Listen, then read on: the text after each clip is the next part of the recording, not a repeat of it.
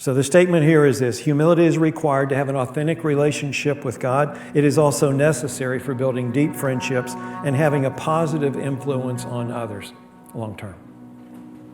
So this humility thing it's important. And in our country, humility is looked at just like the ancient philosophers did. Man, who wants that? I mean, we are surrounded by an environment that tells me I need to promote myself. I need to promote my own brand. That I need to advocate for myself, and it doesn't matter who I have to go over to do it.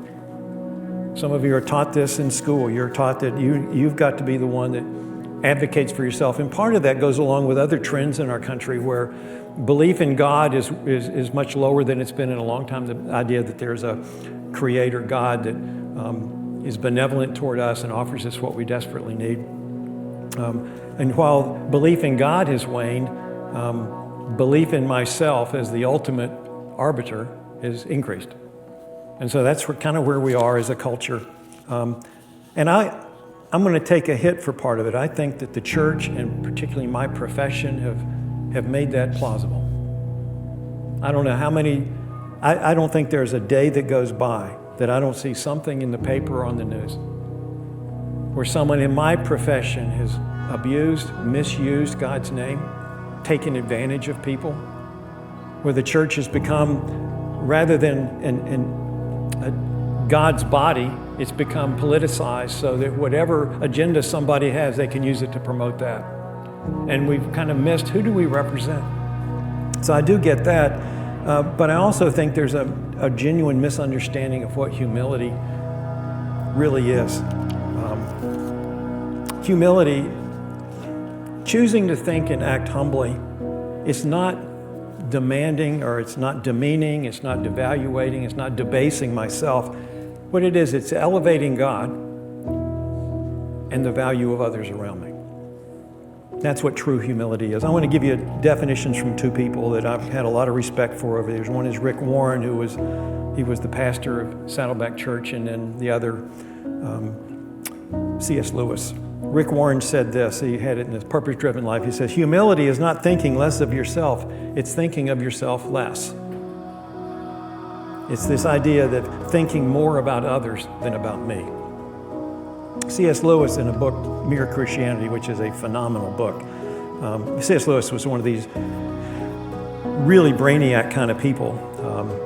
He taught at Oxford and knew all kind of medieval literature. He's the one that wrote Chronicles of Narnia and all that. He did that after he became a follower. He had been a confirmed atheist, and then the evidence for the Christian faith was so overwhelming for him that he ended up making a commitment to Christ. And this is what he says in Mere Christianity about humility. He goes, do not imagine that if you meet a really humble person, that he will be what most people call humble nowadays. And this is written in the 40s. It's exactly the same way today. He goes, he will not be, and I love this, a sort of greasy, smarmy person who is always telling you that, of course, he's a nobody. And you're around people like this. I know I am. Oh, I'm nothing. I'm hideous. I'm worthless. And they're doing that because they want you to say how wonderful they are, and you're going to be their cheering squad.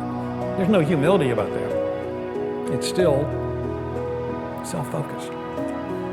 He goes, probably all you'll think about someone that is genuinely humble is that they seem to be cheerful, intellectual, took a real interest in what you said to them. When's the last time you were telling a story to somebody? You're telling them a story, something happened, and they go, oh, tell me more. Usually what happens, at least in the circles I run with, which could be tainted, is you're telling a story, and then the persons that you're talking to are waiting for you to take a breath so they can one-up your story. Oh, no, it was terrible for me. It was even worse. And after a while, it's, we're all living in outer space, and we've done these remarkable things, because it's not humble, is it? He says, what you'll think about the really humble person is they're cheerful, intelligent. They take a real interest in what you said to them. If you dislike this humble person, it'll be because you feel a little bit envious of anyone who seems to enjoy life so easily. He will not be thinking about humility. He will not be thinking about himself at all.